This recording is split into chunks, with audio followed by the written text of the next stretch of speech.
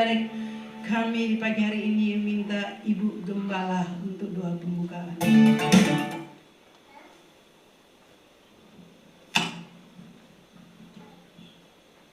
Kembali kami datang kepadamu ya Tuhan saat pagi hari ini. Sungguh kami bersyukur atas segala rahmat dan anugerah-Mu ya Bapa. Jikalau kami menghitung-hitung segala kebaikan Tuhan atas kehidupan kami, sungguh tidak layak kami Tuhan, tidak pantasnya kami ada. Oleh sebab itu Tuhan, pada pagi hari ini apa yang ada pada kami, biarlah kami mau mempersembahkan bagi kemuliaan nama-Mu. Bapa, biarlah kesempatan yang Tuhan berikan bagi kami pada saat pagi hari ini, kami boleh pergunakan dengan sebaik-baiknya. Tuhan, biarlah kiranya apa yang kami kerjakan pagi hari ini boleh ada di dalam perkenan-Mu. Marilah Tuhan layakkan kami, kuduskan kami dengan kuasa Roh-Mu, agar apa yang kami buat dan kami lakukan hanya bagi hormat dan kemuliaan nama Tuhan. Kuduskan kami, ampuni kami dari setiap kesalahan yang kami lakukan di sepanjang perjalanan hidup kami. Biarlah kesempatan pagi hari ini Tuhan, kami akan mengisi bejana hati kami di dalam perjalanan hidup kami, di dalam pengiringan kami kepadamu lewat kebenaran-kebenaran firman-Mu yang akan kami dengar. Bapa, kami serahkan jalannya ibadah ini dari awal sampai akhir. Biarlah Roh-Mu bekerja di tengah-tengah kami dan mengurapi setiap kami, khususnya hamba-hamba-Mu yang mengambil bagian dalam pelayanan ini. Terima kasih Bapa atas waktu dan kesempatan yang Tuhan berikan bagi kami. Biarlah kiranya Tuhan menyertai juga saudara-saudara kami yang masih di dalam perjalanan. Hantar mereka sampai tiba di tempat ini Tuhan, di dalam penyertaan-Mu. Kami mulai ibadah kami dari awal sampai akhir hanya di dalam pimpinan kuasa Roh-Mu. Dalam nama Tuhan Yesus Kristus kami mulai ibadah kami. Terima kasih Bapa. Haleluya. Amin. Terima kasih. Kita masih tetap berdiri. Kita siap memuji Tuhan lebih lagi. Haleluya. Berikan kemuliaan buat Tuhan kita. Haleluya. Dia sungguh baik. Haleluya. Mari masuk gerbangnya.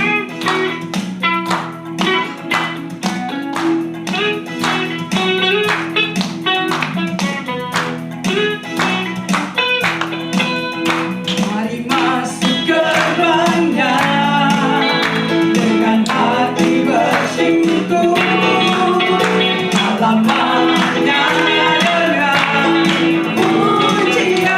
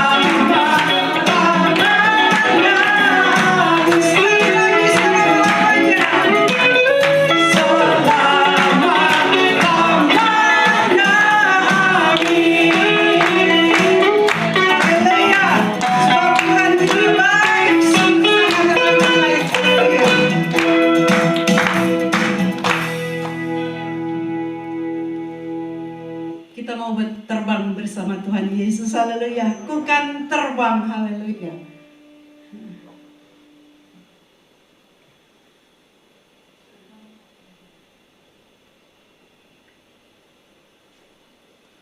Masih kuat berdiri ya. Haleluya. Memuji Tuhan harus.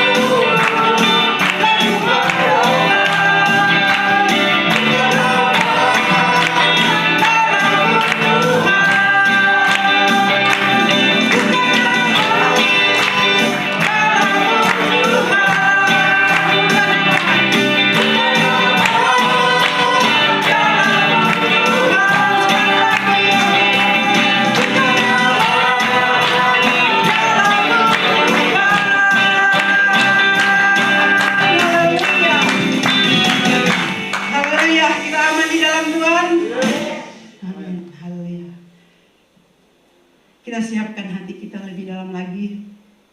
Kita akan mendengarkan akan kebenaran firman Tuhan yang nanti disampaikan oleh Bapak Pendeta Budi.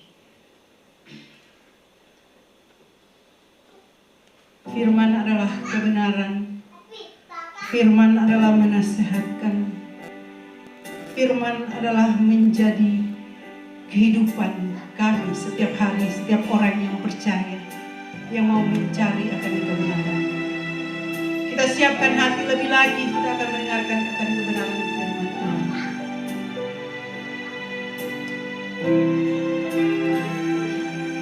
Kita angkat pujian, kami perlu Kau Tuhan.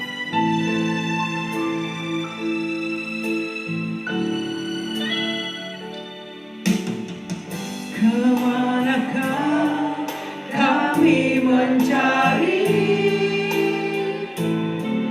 kasih sejati? Kemanakah kami berseru saat datang menderu? Yang kami tahu hanya Kau yang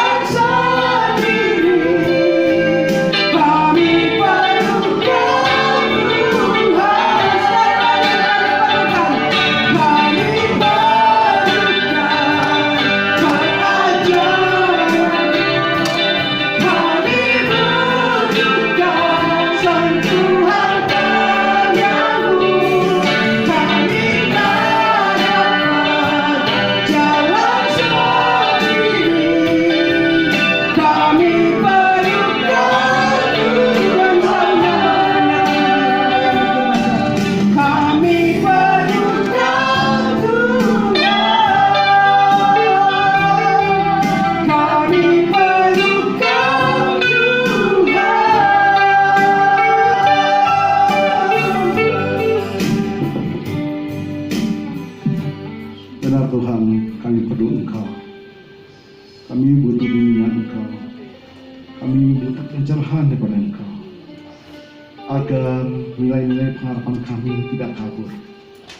Kami semakin mantap berjalan bersama Engkau. Terima kasih Bapa, inilah segala pujian dan penyembahan kami kepada Engkau. Kiranya menjadi dupa yang harum sebagai korban api-apian untuk Engkau Tuhan. Dan Engkau sangat disukai. Terima kasih Bapa, dan kami beraskan hadirat-Mu bersama-sama dengan kami Tuhan. Terima kasih Bapa, kami siap mendengarkan kebenaran firman Tuhan. Pakai bibir mulut hamba ini, menyertai kebenaran-Mu Tuhan Yesus. Biarlah kami semua para hamba-hamba-Mu tidak mencuri kemuliaan-Mu Tuhan. Segala kepujian, kehormatan hanya untuk Engkau Bapa. Di dalam nama Tuhan Yesus kami siap menerima kebenaran firman Tuhan. Di dalam nama Tuhan Yesus kita semua yang percaya sama-sama katakan amin. Ya, shalom. Silakan duduk Bapak sekalian. Ya, puji Tuhan. Mungkin udah banyak yang kenal saya atau mungkin udah lupa lagi. Karena sudah cukup lama juga ya. Dalam masa pandemi, jadi kita tidak ibadah lagi dan sekarang kita mulai onsite lagi. Di tempat saya pun sudah mulai onsite ya. Oke. Sebenarnya nama saya Budi Raharja ya. Saya gembala sidang di Gunung Sari 7A, dekat sekali dari sini ya. Itu pagi jam 10 sama di sini dan sore jam 5 sore di Manado 2, di belakang Manado 2 Square. Ya, buat sidang yang saya gembalakan saat ini. Terima kasih kepada Tuhan Yesus yang telah percayakan pada siang hari ini, pada hamba dan juga sahabat saya setia yang humble. Terima kasih atas kepercayaan yang diberikan. Pagi hari ini ada satu tema yang saya angkat, yaitu kita bertekun dalam pengharapan. Boleh ditampilkan slide-nya? Ya, bertekun dalam pengharapan. Kita akan baca ayatnya, yaitu dalam Ibrani 10 ayat yang ke-36 sampai ke-37. Ya. Ibrani 10 ayat 36 sampai 37. 36 sudah dari sini. Sebab kamu memerlukan ketekunan, supaya sudah kamu melakukan kehendak Allah, kamu memperoleh apa yang dijanjikan itu. Sebab sedikit, bahkan sangat sedikit waktu lagi, dan ia akan datang, sudah akan datang, tanpa meneguhkan kedatangannya. Kalau kita lihat tema ini, ada kata tekun. Kata tekun itu tidak bisa diukur oleh waktu yang sangat singkat, ya. Jangka waktu yang dibutuhkan. Kalau kita sekolah, kita perlu ketekunan untuk menyelesaikan pendidikan kita. Ketika saya lulus SMA, saya masuk kuliah, ambil D3. Saya cukup sedih, kenapa teman-teman gereja saya S1, saya doang di D3. Ya, lalu papa saya bilang begini, yang penting kamu tekun, selesaikan. Ada A, ada Z, ada kepala, ada runtut. Selesai, itu kamu tekun. Lalu saya bilang, iya Pak, aku tekun nih. D3 saya selesai. Lalu saya bekerja, kemudian saya dapat kerjaan di tengah-tengah pusat Jakarta, di Gajah Mada Plaza lantai 26. Lalu saya kuliah lagi, Pak, aku kuliah lagi dengan biaya sendiri. Bagus, yang penting kamu tekun, selesailah. Saya ambil 2 tahun lagi, senior saya. Selesai, karena apa? Kita tekun. Saya mengakui diri saya bukan orang yang pintar, tapi saya bayar dengan apa? Dengan ketekunan. Saya ketekun ketika mau ujian, saya ambil cuti buru-buru. Wah, saya kabur, saya ambil cuti, saya ngurung diri, saya belajar mati-matian karena saya menyadari kekurangan. Kita harus tekun. Lalu ada kata pengharapan. Sekarang ini banyak sekali masyarakat dikasih harapan-harapan kosong.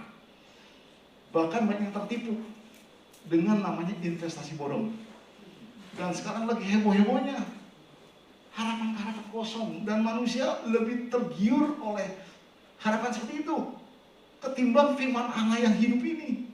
Ya, beberapa waktu yang lalu Ya, ada 2-3 bulan, 3-4 bulan lalu lah, seorang hamba Tuhan datang ke rumah saya. Dia pelayan Tuhan, saya kenal. Lalu dia menawarkan supaya Kordi ikut dalam robotik investasi. Ya, nanti itu keuntungan besar. Kordi bisa menyokong pekerjaan Tuhan. Dia bilang gitu. Lalu saya bilang, tidak, terima kasih. Saya nggak mau bikin kaya. Bukan, saya nggak mau cepat-cepat kaya. Kaya mau, tapi cepat-cepat jangan. Ada cara Tuhan, saya bilang. Waduh, Pak Budi sayang nih gini-gini. Enggak, saya bilang enggak. Sekarang terbukti berapa banyak pengharapan palsu kosong. Bahkan belum lama ada podcastnya di browsing, kita bisa lihat itu. Banyak korban-korbannya memberikan testimoni. Mereka tergiur oleh harapan-harapan yang bersifat materialistik. Keuntungan besar, akhirnya termakan demikian besar. Ada yang 20 miliar, 30 miliar habis begitu saja. Tanpa bekas. Bahkan dikatakan dalam podcast itu banyak mereka yang bunuh diri. Nggak tahan. Harapan yang begitu diangan-angankan, yang diidam-idamkan dengan investasi sedemikian besar, habis semuanya itu dalam sekejap. Maka tidak aneh ada mereka yang bunuh diri. Tapi pagi hari ini Tuhan mengingatkan kembali, ada satu pengharapan yang luar biasa. Amin. Yaitu keselamatan yang Tuhan berikan dalam setiap kehidupan kita. Dikatakan tadi dalam ayat yang ketiga mengatakan, sebab kamu memerlukan keturunan supaya kamu melakukan kehendak Allah, kamu memperoleh apa yang dijanjikan. Bukan hanya dijanjikan tentang hal-hal yang materi dalam dunia ini, tapi lebih dari itu adalah keselamatan. Ya, keselamatan yang belum kita terima secara nyata, yaitu di satu tempat kediaman yang dirindukan oleh kita semua. Bapak Ibu, kalau kita sama-sama pergi ke Bandung, kalau kita masih ngomongin di Jakarta, berarti kita belum sampai ke Bandung ya. Bahkan kalau kita sudah sampai tol pun Cipularang, belum sampai ke Bandung. Karena apa? Kita masih dalam perjalanan. Dan kalau aneh kata di Cikampek udah sampai pun, kita masih belum sampai di Bandung. Masih dalam perjalanan. Nah, maka itu kita ini belum sampai ke satu tempat di mana kita mutlak menerima keselamatan yang dijanjikan oleh firman Tuhan. Seringkali manusia tidak percaya akan hal ini. Tapi firman Tuhan malam hari ini, pada pagi hari ini mengingatkan kita kembali suatu janji yang luar biasa. Yang tidak terlihat. Pengharapan yang kelihatan itu bukan pengharapan lagi. Tapi pengharapan yang tidak kelihatan, itulah pengharapan. Kita mengharapkan sesuatu yang tidak kelihatan, tapi itu fakta nyata yang Tuhan akan berikan suatu hari kelak. Setelah kita mengakhiri hidup kita, maka kita akan terima apa yang disebut dengan keselamatan. Rasul Paulus mengatakan, sesungguhnya bayang-bayang keselamatan itu sudah nyata di bumi ini. Dari apa? Dari sikap perilaku kehidupan kita sebagai orang percaya. Sudah ada tanda-tanda bahwa orang ini akan terima keselamatan. Sudah ada tanda-tanda orang ini akan diselamatkan. Karena apa? Karakter Kristus semakin meningkat dalam dan bertumbuh dalam setiap kehidupan orang percaya. Sudah kelihatan, kata Rasul Paulus, bayang-bayang keselamatan. Bukan keselamatan yang sesungguhnya, tapi bayang-bayangnya sudah melihat tuh, sudah terbentuk, sudah mulai timbul, step by step, terus timbul bayangan Kristus dalam orang itu sudah nampak sifat dan karakter. Karena memang sejak semula kita telah ditentukan untuk kita serupa dan segambar dengan anaknya, yaitu Yesus Kristus. Karena dengan itulah kita memperoleh kelayakan berkenan di hadapan Tuhan. Jadi sama-sama kita menampakkan karya Kristus agar bayang-bayang keselamatan itu semakin nyata. Jadi pada waktu kita terima keselamatan itu, kita tidak kaget lagi dengan gaya hidup surgawi. Amin. Ya, tidak canggung lagi, tidak merasa minder lagi. Ya, karena apa? Bayang-bayang itu sudah nyata di bumi ini, sudah nyata. Sudah nampak, oh keselamatan sudah ada. Sudah ada. Kelihatan cara dia melayani, cara dia bersaksi, jadi saksi Tuhan, cara dia melayani keluarga, hormati istri, hormati suami, melayani anak, melayani orang tua. Bagaimana peran dia di masyarakat? Sudah kelihatan. Cikal bakal keselamatan itu akan dia terima. Itu nampak. Dan itu harus kita pegang. Itulah pengharapan kita sebagai orang percaya yang harus kita tekuni dan tekuni. Bapak Ibu, ketika kita sekolah, misalkan S1 selama 4 tahun, ketika kita cuma sampai 3 tahun saja, kita dilanjutin, kita tidak tekun. Ada teman saya, arsitek, sudah selesai kuliahnya, tinggal skripsi dia nggak kerjain. Itu nggak tekun. Kecuali kita sampai di wisuda, kita terima ijazah, itu kita tekun. Menyelesaikan apa menjadi tugas kita. Begitu juga ketekunan kita mengiring Tuhan, bukan sampai pada umur 60-70 saja, tapi unlimited sampai dia datang menjemput kita semua. Dengan cara apa? Ada 2 cara. Pertama dengan rapture, kedua dengan apa? Kematian. Amin. Ada 2 hal. Kita menemui titik perhentian itu. Kita diangkat melalui rapture, yang kedua melalui kematian. Ya, oke, next, teks berikutnya. Tunggu dulu, balik lagi. Ya, kata ketekunan itu dari kata Yunani hupomone atau kontinuensi atau berkesinambungan. Berkesinambungan terus-menerus, tidak putus, tidak boleh putus. Maka saya bingung kalau ada hamba Tuhan, saya mau istirahat dulu lah, tidak melayani Tuhan. Wah, itu tidak tekun. Tekunin terus. Walaupun saya dulu masih remaja pernah melayani cuma 2 anggota remaja. Tapi saya bertekun, tidak pernah saya tinggalkan gereja. Saya bertekun terus. Dari sejak kecil saya di GBI dan bertumbuh terus sampai hari ini di GBI. Sudah puluhan tahun di GBI. Ya, saya sudah berusaha untuk bertekun, bikin program gereja saat itu masih remaja. Walaupun tidak ada dana, bagaimana program itu bisa berjalan? Tekun terus kita tekuni, cari dana bagaimana caranya ya supaya program gereja itu tanpa dana yang seadanya kita bisa berjalan. Itulah ketekunan. Ya, boleh. Berikut. Dalam 2 Korintus 5:9, sebab itu kami juga berusaha baik kami diam di dalam tubuh ini maupun kami diam di luarnya supaya kami berkenan kepadanya. Berkenan ini menjadi suatu roh atau menjadi suatu patokan standar untuk kita bertekun. Bertekun bukan dengan cara yang asalan atau dengan cara yang tidak berkenan. Harus hal yang berkenan sesuai dengan aturan yang Tuhan berikan dalam kehidupan kita, yaitu sesuai dengan kebenaran kitab suci. Apa yang kita baca setiap hari, kita harus ikuti roh itu atau jalur yang Tuhan berikan, itu berkenan. Kita melihat Tuhan ada sukacita, ada damai sejahtera. Bersaksi, kita mengharapkan kesaksian kita menjadi berkat bagi orang lain. Kita rajin bertekun, berbuat kebajikan. Walaupun orang itu tidak membalas kebahagiaan kepada kita, tapi kita yakin ada cara Tuhan membalas ke dalam hidup kita melalui orang-orang tertentu yang dapat memberikan kepada kita. Itu satu roh, satu ketentuan yang Tuhan berikan supaya kita hidup berkenan di hadapan Tuhan. Perkenanan itu tidak gampang. Perkenanan itu berarti kita satu selera dengan Tuhan. Perkenanan itu berarti kita satu gairah, satu semangat dengan Tuhan. Itu berkenan. Dalam hal Tuhan sesuatu tekankan pada pekerja Tuhan. Kamu harus melayani Tuhan dengan apa? Dengan sukacita. Dengan apa? Dengan damai sejahtera. Karena dengan itulah pelayanan kita kepada Tuhan akan diterima. Klik berikutnya. Roma 8 ayat 4-25 mengatakan sebab kita diselamatkan dalam pengharapan, tetapi pengharapan yang dilihat, bukan pengharapan lagi. Sebab sebagaimana orang masih mengharapkan apa yang dilihatnya, tapi jika kita mengharapkan apa yang tidak kita lihat, kita menantikannya dengan tekun. Yaitu pengharapan keselamatan yang belum kita terima. Kita hanya memegang satu janji Tuhan bahwa Tuhan akan memberikan satu tempat yang layak. Kita akan mendapat satu pembelaan di depan pengadilan Kristus. Dan kita akan masuk dalam masa kekekalan dalam pesta anak domba Allah.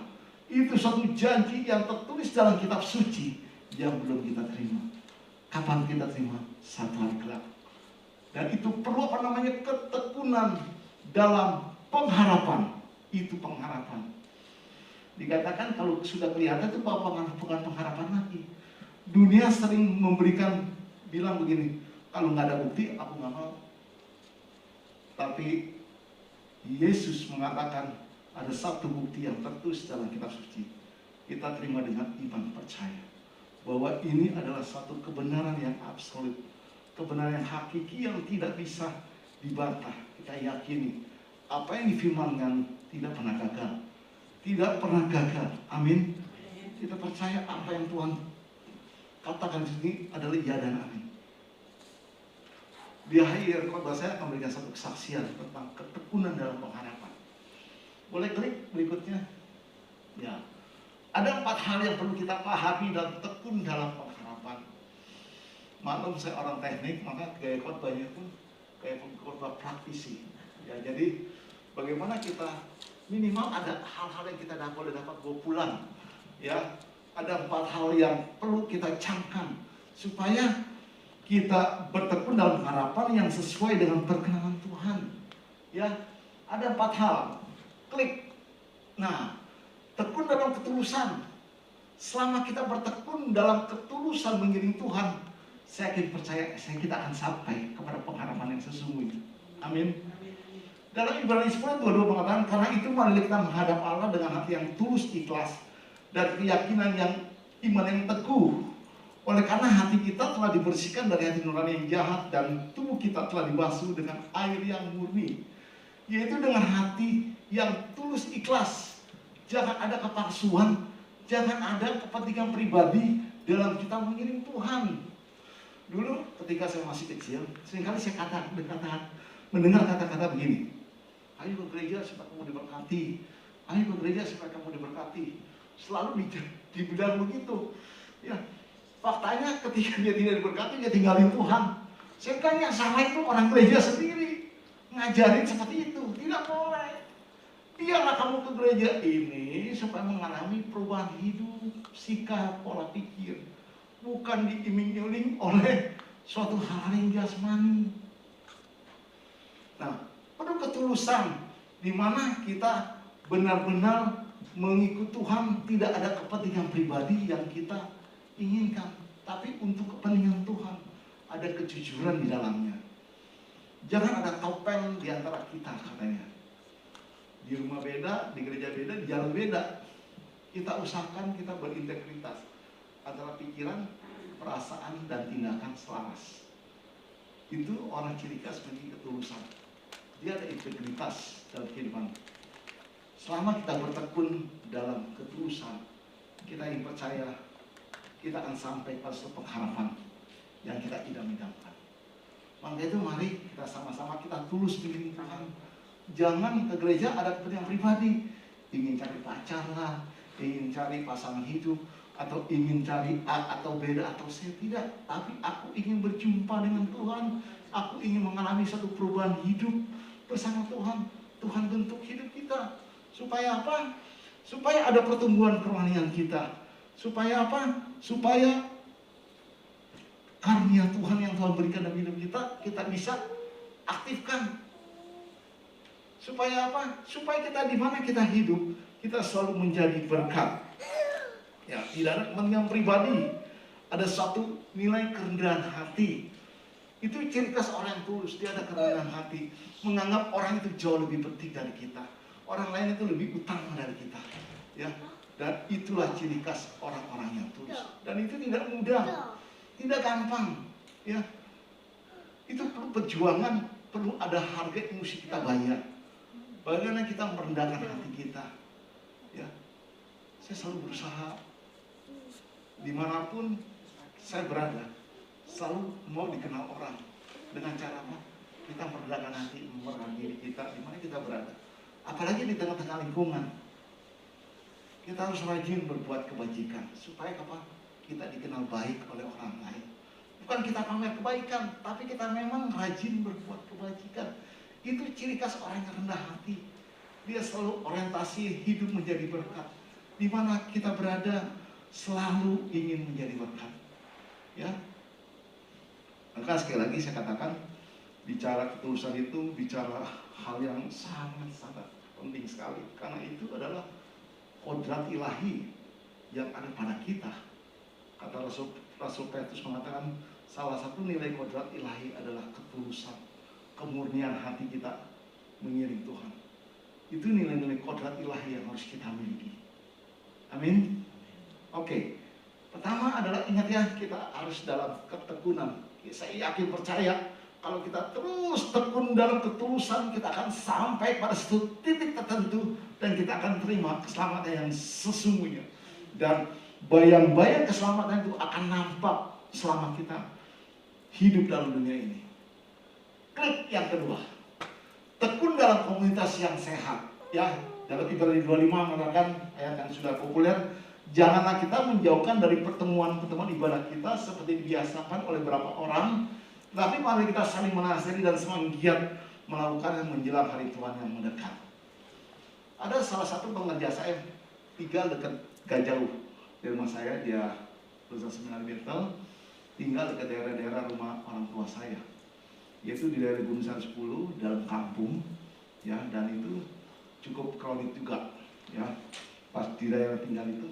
Lalu dia bilang, aduh Pak, saya nggak tahan tinggal di sini. Kenapa? Daerahnya kurang bagus dan sebagainya.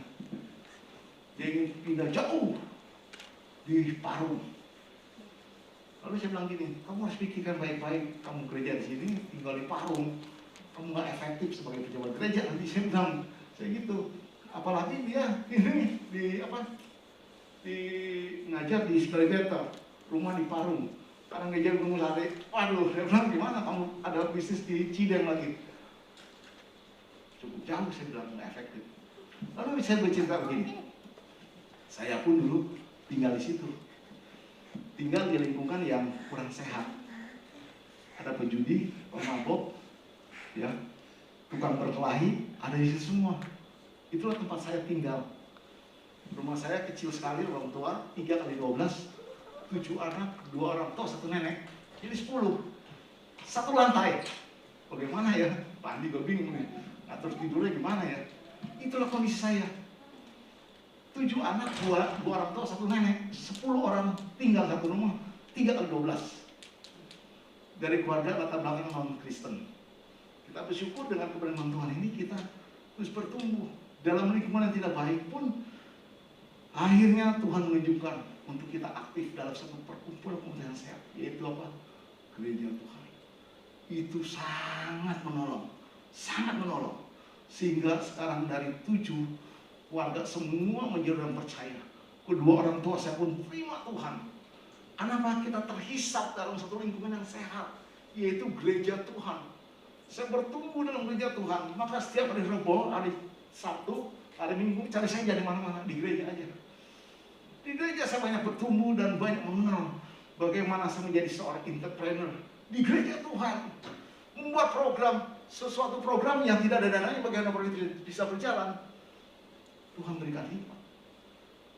Maka saya pikir, kenapa kok saya bisa kerja sama orang cuma 3,5 tahun. Selanjutnya saya wira swasta sampai hari ini. Padahal saya bukan dari keluarga yang berbisnis. Papa saya seorang karyawan di bank, mama saya tukang jahit. Ya, saya nggak berpikir. Saya renungin lagi, saya banyak bertemu di gereja. Bagaimana saya menjadi leader di gereja Tuhan. Ternyata banyak sekali hal yang positif ketika kita hidup di lingkungan yang sehat. Itu gereja Tuhan. Saya banyak bertumbuh, sekalipun lingkungannya itu kurang bagus ya. Di daerah situ banyak pejudi, mereka pada pemabuk, suka berantem, waduh, kacau begitu. Pada perokok, bagaimana? Tapi saya bersyukur ketika saya semua anggota keluarga terhisap dalam gereja Tuhan, kita hidup di lingkungan sehat. Dia memungkinkan kita bisa bertahan sampai hari ini. Amin. Bisa bertahan sampai hari ini karena kita hidup di lingkungan yang sehat. Yang kedua adalah keluarga. Kita harus berusaha jadikan keluarga itu lingkungan yang sehat. Jangan lingkungan yang buruk. Maka kita harus membina hubungan keluarga yang baik. Karena dari keluarga itu akan menuju gereja yang kuat. Bukan gereja yang kuat menuju rumah tangga yang kuat, tidak. Tapi dari rumah tangga yang kuat itu menuju gereja yang kuat. Kalau ingin hancurkan hamba Tuhan, hancuri keluarganya, runtuh. Saya tidak bisa khotbah kalau saya sedang ribut dengan istri, mana bisa, tidak ada damai. Maka gereja Tuhan, maka sebagai orang percaya, kita harus membuat satu lingkungan sehat dari rumah tangga kita. Hubungan anak, istri, harus baik, suami. Tiap hari ada komunikasi yang sehat. Maka kita harus, satu keluarga harus bertekad menciptakan lingkungan yang sehat dalam keluarga. Ada pujian, ada penyembahan, ada kata-kata bijak yang harus kita katakan dalam rumah tangga kita. Anak saya yang besar di Australia, saya nggak pernah lupakan untuk mengajak dia doa. Saya WA dia, supaya kamu siapkan waktu untuk kamu telepon papa, untuk aku ingin ajak kamu berdoa.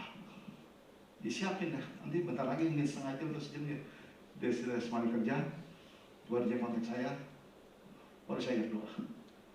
Saya harus menciptakan keluarga lingkungan yang sehat, jangan sampai tidak sehat. Maka menjadi satu perasaan, satu pikiran, dan satu keluarga, itu menjadi keluarga yang kuat. Dan saya yakin dari keluarga yang kuat itu akan menuju gereja yang kuat. Amin. Kita percaya dari keluarga yang kuat akan menuju gereja yang kuat. Bukan gereja yang kuat akan menuju rumah tangga yang kuat. Tidak, dari rumah tangga. Itu lingkungan yang paling kecil yang harus kita jaga. Harus keluarga yang sehat. Maka keluarga itu harus menjadi poin yang sangat penting sekali. Saya kalau mengadakan bimbingan BPN sampai 13 sesi, saya bilang itu sebenarnya kurang untuk membekali perjalanan rumah tangga kamu yang begitu jauh, mungkin 20, 30, 40 tahun, cuma 13 minggu ini dibekali. Tapi lebih dari itu, kamu harus terus bertumbuh, menciptakan keluarga yang kuat, yang sehat, yang dinamis, yang bersinergi satu sama lain. Maka untuk kita hidup dalam komunitas yang sehat dimulai dari apa? Dari keluarga kita. Lalu kedua dari lingkungan gereja kita. Lalu dalam lingkungan pekerjaan dan sebagainya. Harus menciptakan suatu komunitas yang sehat. Ya, termasuk dengan sesama hamba Tuhan ya. Saya sering bergaul dengan senior saya, Pak Andi, ya, dan beberapa lain. Kita saling menguatkan, saling supaya apa? Kita lingkungan hamba Tuhan yang sehat. Sekarang hamba Tuhan pun ada yang tidak sehat. Ya, seperti saya katakan, ke rumah saya datang nawarin robotik supaya investasi, supaya kau boleh cepat kaya. Saya bilang jangan, nggak boleh begitu. Ini suatu lingkungan yang tidak sehat. Coba kalau saya ikut, apa jadinya? Ternyata tetangga saya ada yang kena 150 juta, hilang begitu aja. Waduh, ada 350 juta dan sebagainya. Bahkan kalau di TV kita dengar, aduh, kita lihat sendiri, korbannya ngomong sampai 20 M, 30 M, hilang. Bahkan hampir beranggota, kan kemarin saya dengar di berita, hampir 4.000 lebih, 45.000 lebih itu anggota yang terlibat, dan uang yang mengalir itu begitu banyak, sampai berapa, 70 miliar dolar US dollar. Itu triliunan yang tersedot duit orang diambil dengan mudahnya. Maka kita harus hati-hati. Mari kita sama-sama menciptakan lingkungan yang sehat dari keluarga kita. Lalu gereja Tuhan. Saya dulu ketika saya masih kerja, kebetulan saya kerja di BASP, di lantai atas tuh, dan saya di bagian proyek, ya. Jadi saya banyak satu lantai dengan bos gede. Ya, lantai dengan bos gede, dan banyak sekali HRD sering naik tuh. Bagian mana HRD naik ke atas, jadi sering ketemu saya. Maka saya bilang ini adalah kesempatan buat saya, untuk saya bantu-bantu cari kerjaan untuk orang gereja. Maka banyak sekali orang gereja yang nganggur. Wah, saya masukin, kalau saya masukin buru-buru. Total ada 50 orang. Saya ingin gereja Tuhan itu lingkungan yang sehat. Jangan ada yang nganggur. Kalau bisa kerja, semua kerja. Ya nggak sekolah, ya kerja. Kalau nggak sekolah, kalau nggak kerja, ya sekolah gitu. Saya ingin lingkungan yang sehat dalam gereja Tuhan. Ya, supaya kita menjadi suatu figur, ya, komunitas yang bisa dipandang oleh masyarakat di sekeliling kita. Puji Tuhan. Jadi supaya pengharapan kita tidak pupus, kita harus sama-sama ada komunitas yang mempunyai satu visi yang sama. Seperti kita semua ini memiliki visi yang sama kepada satu pengharapan, yaitu keselamatan. Sama-sama ingin menanti keselamatan yang akan kita terima. Dan kita sama-sama telah menyandang bayang-bayang keselamatan di bumi ini. Amin. Yes, kita yang ketiga. Kita masih ada 50 poin nih Pak. 3 poin. Poin ketiga, yaitu tekun dalam pengenalan Allah yang benar. Hosea 6 ayat ke-6, sebab aku menyukai kasih setia dan bukan korban sembelihan, dan menyukai pengenalan akan Allah lebih daripada korban-korban makanan. Dulu dalam konsep penyanyian lama, ya, mereka asal mereka ada berbuat jahat atau berbuat suatu kesalahan, dosa dari Tuhan, dia harus mempersembahkan korban. Yang penting korban saya udah berikan, berarti bebas. Tapi semuanya Hosea mengatakan, aku tidak menyukai korban, tapi aku lebih menyukai adalah pengenalan kamu akan diriku. Nah, dalam era sekarang ini kita sebagai umat Tuhan harus jeli, harus pakai hikmat Tuhan dalam memilah-milah pengajaran. Ya, banyak sekarang pengajaran-pengajaran baru. Ada gereja baru dari China, itu gereja Tuhan, ya, yang itu mereka mengajarkan suatu pengajaran bahwa dia ini adalah juru selamatnya yang terbaru, ya, dan banyak lagi hal-hal yang lain. Bahkan sekarang gereja ini sedang diperhadapkan dengan namanya ibadat online, ya. Maka mau nggak mau sekarang kita sudah harus minimal ada 2, ibadah onsite dan ibadah online. Ibadah online pun masih dikembangkan lagi, ada namanya metaverse, ya. Nah, itu pun masih kontradiktif, masih dibahas apakah itu benar alkitabiah atau tidak. Ya, maka itu perlu kita hikmat Tuhan. Jangan sampai kita terkecoh. Ya, ketika kita cenderung untuk online terus, akhirnya ada satu nilai-nilai kehilangan, yaitu nilai-nilai koinonia. Ya, nilai-nilai persekutuan antar jemaat semakin berkurang. Dan akhirnya cenderung untuk individualistis. Mereka tidak lagi namanya, yang penting saya ikuti ibadah di rumah dengan cara saya dan sebagainya. Berkurang hubungan sesama lain, saling bertegur sapa, akhirnya tidak terbentuk karakter kita. Karena apa? Saya paling dari dulu, dari sejak masih kecil sampai sekarang, saya selalu bertumbuh dalam gereja yang tidak besar, gereja kecil, di mana kita saling mengenal si A, si B, si C, ya, yang ngejengkelin, yang nyenengin, yang buat gedek hati kita, orang yang bebal dan sebagainya, ketemu itu semua, dan kita makin terasah. Semakin kita terasah, kita semakin matang, ya, karena besi menajamkan besi, manusia menajamkan sesamanya. Maka kita bersyukur, kita bertemu dalam gereja yang tidak besar. Saya lebih senang begitu. Karena apa? Kita secara karakter semakin terasah, semakin cepat dewasa di dalam gereja yang kecil. Coba kalau gereja gede, dulu buah-buah, sebudah teing, orang sudah mau, belum pulang-pulang. Beberapa 6-7 tahun lalu, ada satu keluarga, papanya meninggal. Saya kebagian baptis sama perjamuan kudus doang.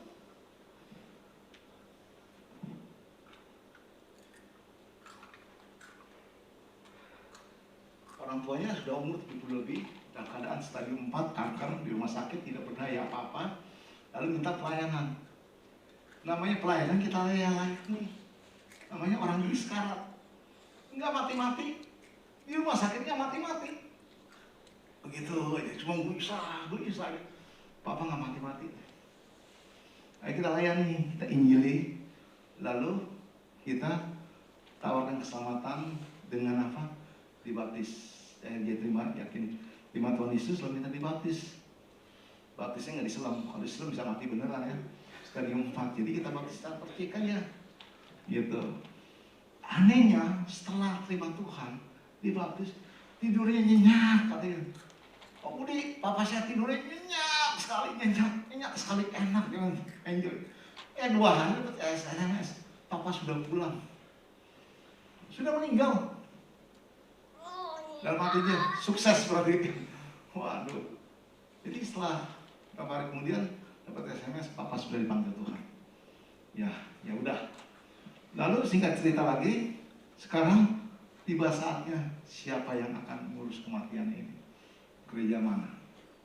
Saya kan cuma kebagian, cuma baptis, terangin Tuhan Yesus, sama Jam Kudus udah. Belum menjadi jemaat saya karena dia pun belum berjemaat tempat kita kan. Maka saya tawarkan kepada apa? Kepada anak-anaknya, anaknya ada 4. Semua gereja ini di gereja-gereja mega church, top semua, gereja gede semua. Saya bilang, kamu tolong minta daripada gereja kamu di mana kamu beribadah, minta tolong supaya dilayani pemakaman orang tua kamu. Enggak ada yang mau. Enggak ada yang mau. Mereka di gereja gede, gereja mega church semua. Hebat-hebat saya bilang gerejanya. Tapi ketika orang tua meninggal tidak ada yang satu pun. Anak pun kadang merasa nggak percaya diri bahkan dilayani. Maka udahlah, Pembudi tolong layani. Ya udah, akhirnya kita melayani. Maka kita bersyukur ya di gereja kecil kita bisa bertumbuh. Ya, jadi jangan kita melihat suatu hal yang spektakuler, tapi kita lihat apa nilai-nilai kebenaran firman Tuhan. Ini yang penting dasar kehidupan kita. Karena di surga nanti nggak ditanya kamu dari gereja mana, enggak. Label gereja nggak dibawa. Berapa banyak anggota jemaat, enggak ditanya begitu. Tapi apa ditanya, kamu tekun nggak? Tekun, setia. Dalam pengharapan. Itu yang dilihat dalam kehidupan kita seorang percaya. Maka itu, biarlah kita belajar dalam mengenal Allah yang benar. Saya menggagas suatu gerakan baca Alkitab. 1 Alkitab 1 tahun. Dan itu sudah berulang-ulang kali. Januari start sampai Desember start, kumpulin semua. Berapa persen? Cuman nggak sampai 20% yang selesai baca Alkitab. Awal Januari mulai lagi, terus tiap tahun begitu, tiap tahun. Karena melalui baca itu satu jendela ilmu, kata seorang orang bijak. Maka kita harus banyak belajar baca kitab suci. Ya, dalam kita membaca firman Tuhan, kita sedang ngobrol dengan Tuhan kita. Yang memberi ilham ada bersama-sama dengan kita. Ketika kita membaca, kita mendengar suara Tuhan. Maka kita lebih bisa mengenal Dia lebih baik lagi. Kalau saya baca tentang kisah Roh Kudus dalam kisah para rasul, ketika saya baca, saya bisa menangis, baca kita semakin nangis. Saya merasakan begitu luar biasa Roh Kudus bisa bekerja secara spektakuler. Saya di kantor, saya baca Alkitab, kalau udah baca, udah kisah para rasul itu, para rasul bisa nangis, netes air mata. Begitu dahsyatnya Roh Kudus. Dan saya belajar bagaimana mengenal Tuhan lebih dekat lagi, lebih dekat lagi. Maka saya berharap kita semua menjadi pembaca Alkitab yang setia. Mau? Roh itu penuh daging, lemah. Kalau ditanya jemaat saya, mau baca Alkitab? Mau, pasti mau. Karena rohnya penurut. Tapi daging belum tentu. Itu fakta kenyataan di gereja saya. Gila dikumpulkan, dan dari 20% itu hampir semua punya latar belakang non-Kristen. Dari Buddha, dari Muslim, mereka lebih tekun, lebih greget baca Alkitabnya ketimbang yang mereka lahiriah. Dari kecil sudah Kristen, tidak baca Alkitab loyo. Maka hati-hati ya, roh itu penurut. Disuruh baca Alkitab mau, semua dari kedua mau, tapi fisik daging ini lemah. Baca baru satu ayatnya udah ngantuk. Ya, maka yuk kita bertemu dalam pengenalan firman Tuhan. Saya selalu juga belajar. Tiap hari mungkin kita mesti belajar dengan hamba Tuhan yang lebih senior, yang punya pengalaman, supaya kita semakin diperkaya oleh pengetahuan firman Tuhan. Jangan lamanya mengiring Tuhan itu bukan jaminan kita dewasa berkarakter seperti Kristus. Tidak, tapi berapa besar kita mengenal Tuhan lebih baik lagi. Yes, yang terakhir, bagian terakhir. Tekun dalam iman. Ibrani 10 ayat 35 mengatakan, sebab itu janganlah kamu melepaskan kepercayaanmu karena besar upahmu yang menanti. Jangan lepas kepercayaanmu karena besar upahmu akan menantikan. Kita percaya satu orang bertobat maka seisi rumahnya diselamatkan. Saya kasih kesaksian begini. Saya 7 bersaudara. Saya adalah paling kecil, anak 7. Dalam satu pohon pasti ada satu yang busuk, katanya. Kata pepatah orang tua dulu begitu. Jadi ada 7 itu, kakak saya nomor 2 itu mulai menyimpang dari jalan Tuhan, bergaul dengan dunia okultisme dan menikah dengan agama tetangga. Jadilah mereka keluarga yang beda agama sendiri. Lalu kita berenam selalu mengajak dia supaya kamu kembali lagi ke jalan Tuhan. Bertahun-tahun kita nggak pernah digubris sama dia, tapi kita berenam selalu sepakat berdoa. Kita yakin, kita pegang firman mengatakan satu orang bertobat seisi rumahnya akan diselamatkan. Ada cara Tuhan. Yang penting kita tekun terus, percaya janji yang diharapkan oleh Tuhan pasti jadi kenyataan. Terus tahun ke tahun, 10-20 tahun tetap aja nggak pernah berubah. Setiap kita ajak ke gereja dia bilang, kamu dulu deh yang benar. Selalu begitu. Namanya dia pokok paling gede, jadi kita paling kecil gak susah juga. Gimana ya? Cici saya, segala bagus yang lain juga mengajak semua supaya dia ke gereja. Karena dulu kecilnya aktif di gereja. Karena pergaulan tidak bagus sehingga dia terbawa. Dan dia menikah dengan agama sebelah. Untungnya kita bersyukur anaknya ke gereja. Jadi masih mending lah, anaknya masih ke gereja karena kita bawa ke gereja. Jadi singkat cerita sudah hampir 20 tahun lebih tidak mau ke gereja. Selalu menolak dan sebagainya. Tapi kita bernama ini selalu merangkul dia. Setiap kita sinja, kita ngumpul bersama sehingga ipar saya itu merasa enjoy dalam keluarga besar ini. Enjoy, merasa memiliki keluarga besar. Tidak sendirian dia. Kita selalu merangkul terus. Tapi tetap kita percaya apa yang difirmankan pasti dia genapi. Pasti digenapi. Kita tekun dalam iman. Kita imani satu orang bertobat seisi rumahnya akan diselamatkan. Sehingga pada satu titik tertentu Tuhan bekerja. Ketika satu malam dia tidur, dia mimpi dibawa ke alam maut. Dia berjumpa dengan Tuhan Yesus. Dia katakan ada satu figur yang terang cahayanya.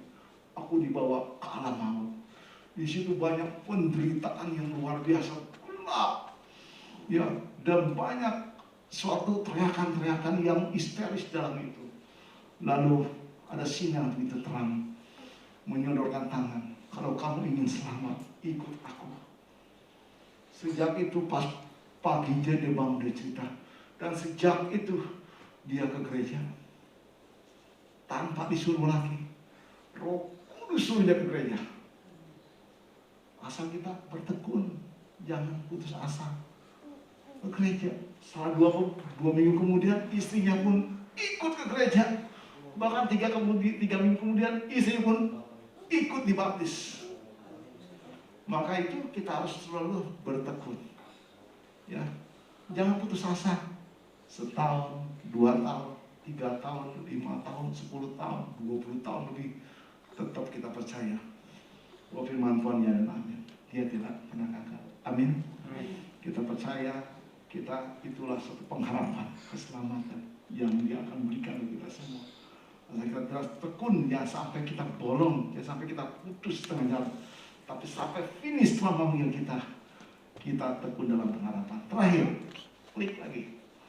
Ibrani 10:23 marilah kita teguh berpegang pada pengakuan tentang pengharapan kita.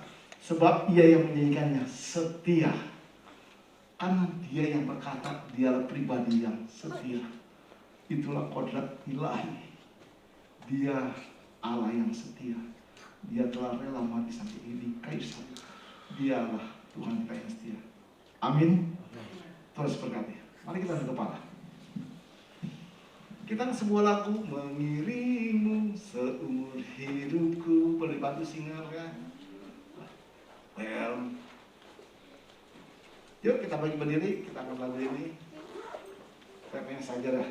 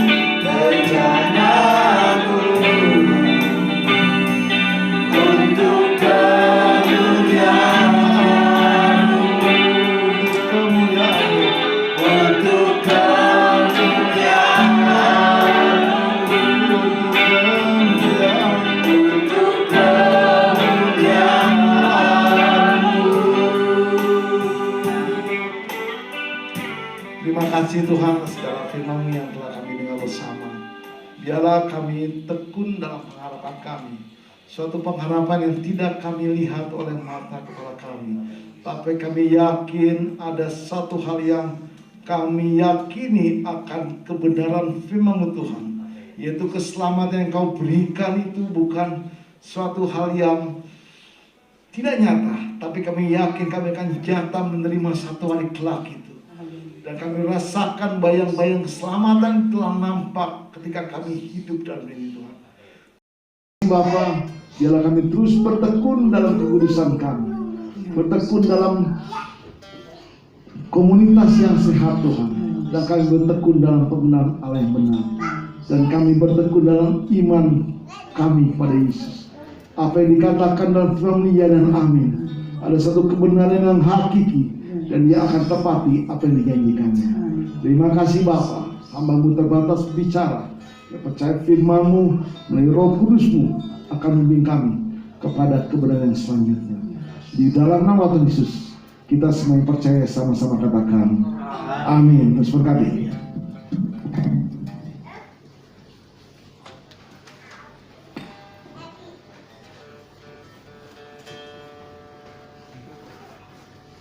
Yang sudah diberkati oleh kebenaran firman Tuhan, kita lambaikan tangan, haleluya. Biar kita tetap bertekun dan berpengharapan, tentunya hanya di dalam Tuhan Yesus. Segala persoalan masalah, kalau kita bertekun seperti khotbah barusan, pasti Tuhan akan menjawab dengan luar biasa. Terima kasih kepada Bapak Pendeta Pak Budi Raharja, sudah menjadi berkat buat kita semua dalam kebenaran firman Tuhan. Kita berdoa biar Bapak Budi dipakai Tuhan secara luar biasa, sehingga lewat kebenaran yang beliau sampaikan banyak jiwa-jiwa dimenangkan. Terima kasih Pak, Tuhan Yesus memberkati. Saatnya kita akan memberikan persembahan Sebelumnya kita berdoa. Bapa di surga, terima kasih Tuhan. Kami sungguh sangat bersyukur Engkau Allah nyatakan kasih-Mu Tuhan. Pada kami di pagi siang hari ini kami boleh memuji-muji memuliakan Engkau. Bahkan kami boleh mendengarkan akan kebenaran yang sudah disampaikan oleh hamba-Mu Pak Budi. Mari ya Tuhan, kami percaya Tuhan pakai dia. Tuhan berkati setiap pelayanannya. Dalam nama Yesus, bahkan istri, anak-anaknya Tuhan, keluarga besarnya Tuhan memberkati secara luar biasa. Terima kasih ya Aba ya Bapa. Saat ini kami akan memberikan persembahan. Mari ya Tuhan, setiap kami berikan kami hati yang mau memberi, sehingga lewat pekerjaan Tuhan yang ada di tempat ini, lewat persembahan yang kami berikan boleh membantu Tuhan pekerjaan Tuhan di tempat ini, gereja Serapi. Terima kasih ya Tuhan, kami siap memberi dengan sukacita hanya di dalam nama Tuhan Yesus. Haleluya, haleluya. Kami berdoa mengucap syukur untuk kemuliaan nama-Mu saja. Haleluya, amin. Kita angkat satu pujian, pengharapanku hanya Yesus saja. Haleluya.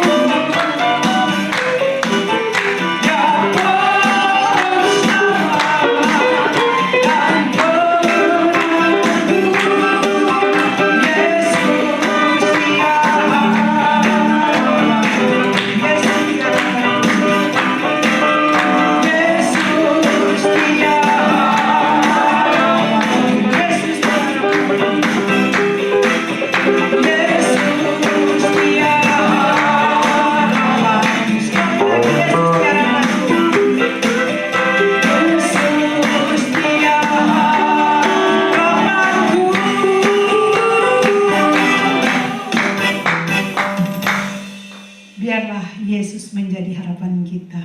Amin.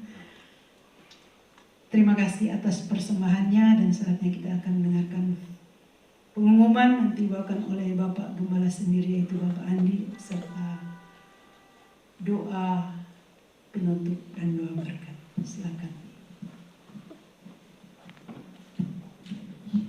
Shalom Bapak Ibu yang dikasih dalam Tuhan.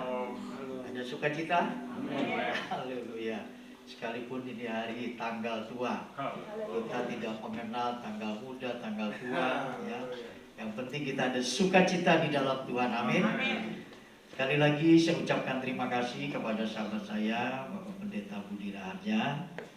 Beliau ini setiap hari telepon, sharing, dan seterusnya. Nah, ini yang memberikan satu motivasi semangat dalam kita melayani di saat-saat pandemi seperti ini. Nanti akan berubah menjadi endemi, maka itu mesti kita lebih semangat lagi. Amin. Ya, lihat muka-muka saudara ini, muka-muka penuh seperti yang tadi, pengharapan. Ya. Kita terus bertekun dalam pengharapan. Sebentar kita akan mengakhiri ibadah ini. Tentunya kita akan berjumpa di minggu yang akan datang, di akhir daripada bulan Maret. Sekarang kita akan menempuh bulan April. Cepat waktu berjalan, saudara. Nah, sebab itu mari kita akan pacu iman percaya kita, pengiringan kita, kesetiaan kita, bahkan seperti firman Tuhan tadi, pengharapan kita akan Tuhan, ya. Nah, pengumuman yaitu baru saja kita melaksanakan kemarin dipercaya untuk melayani lembaga permasyarakatan Cipinang.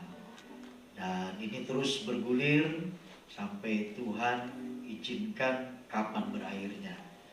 Yang kedua, ibadah tengah minggu dalam doa di tempat kita masing-masing tetap berlangsung, ya. Selain ada perenungan di pagi hari yang saudara juga dipercayakan. Saya rasa tidak ada pengumuman lain kecuali kita akan beribadah di minggu yang akan datang. Saya undang kita sama-sama bangkit berdiri. Kita akan mengakhiri ibadah kita. Kita tundukkan kepala. Bapa, terima kasih atas siang hari ini, ketika tangan Tuhan yang ajaib dan besar itu telah menopang sepanjang perjalanan ibadah ini, dari awal, pertengahan hingga pada akhirnya.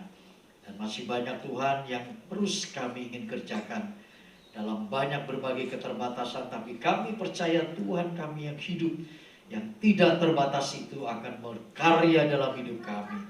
Kami berdoa untuk hamba-Mu yang telah menyampaikan firman-Mu, yaitu Bapak Pendeta Budi Raharja. Kau pakai dimanapun beliau berada, Tuhan. Berikan hikmat dan kasih karunia-Mu yang menyertai sampai Tuhan Engkau panggil kami semua pulang ke tempat di mana Tuhan sediakan rumah kami yang sudah siap.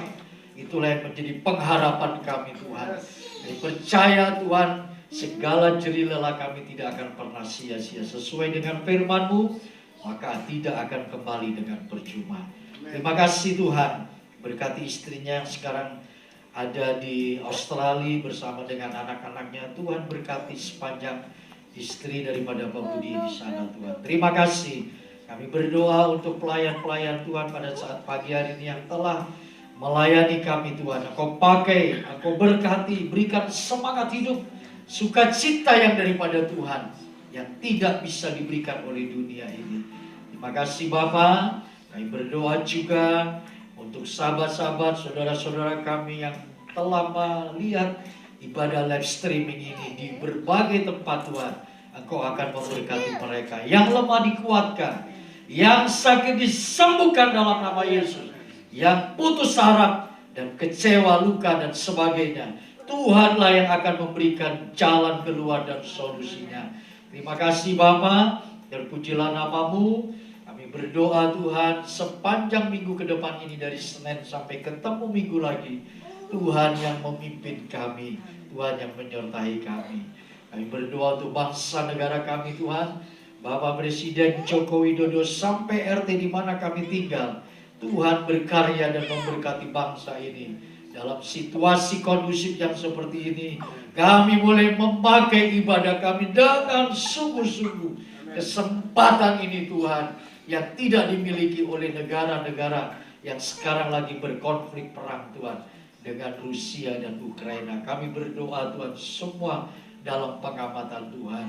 Kami berdoa akhirnya Tuhan untuk Pak King Yuwono dalam tangan-Mu. Engkau berkati beliau yang telah menyediakan tempat bagi kami beribadah. Keluarga besarnya, anak istri mantunya Tuhan, karyawannya, hotel maupun apartemen ini Tuhan berkati. Tuhan yang akan mengirimkan segala customer atau tamu-tamu hotel yang akan menginap di tempat ini. Terima kasih Bapa, yang bagaimanapun tidak ada yang mustahil bagi Tuhan. Terpujilah nama Tuhan.